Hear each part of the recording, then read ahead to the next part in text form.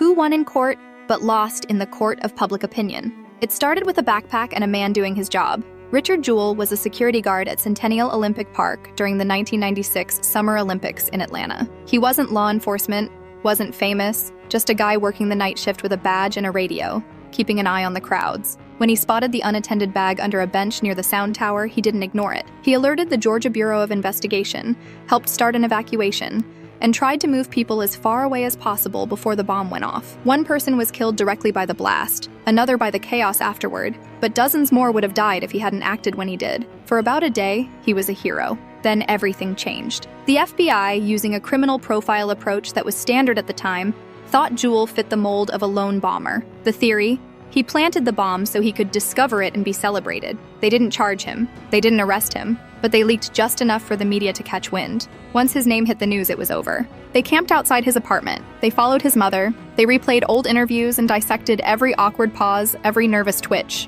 Late-night talk shows mocked him. Reporters questioned his sexuality, his intelligence, his past. They aired footage of him in oversized clothes, speculated about his motivations, painted him as a frustrated failure desperate for recognition. They didn't have evidence.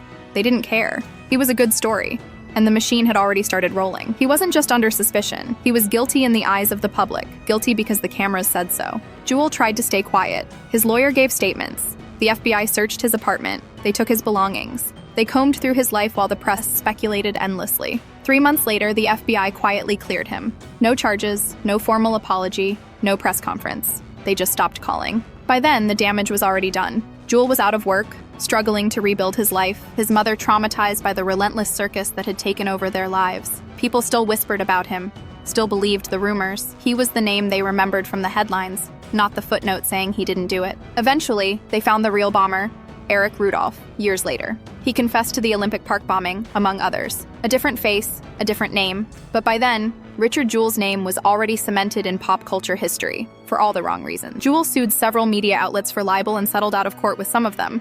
Undisclosed amounts. No real public reckoning, no major apologies, just quiet checks and confidential agreements. Clint Eastwood made a movie about him in 2019, but Richard Jewell never saw it. He died in 2007 at age 44 from heart failure, after years of trying to clear his name in ways a courtroom never really could. He won, technically. No conviction, no criminal record, but he lost everything else. His peace, his reputation, the normal life he was just trying to live before the world needed a villain and chose him.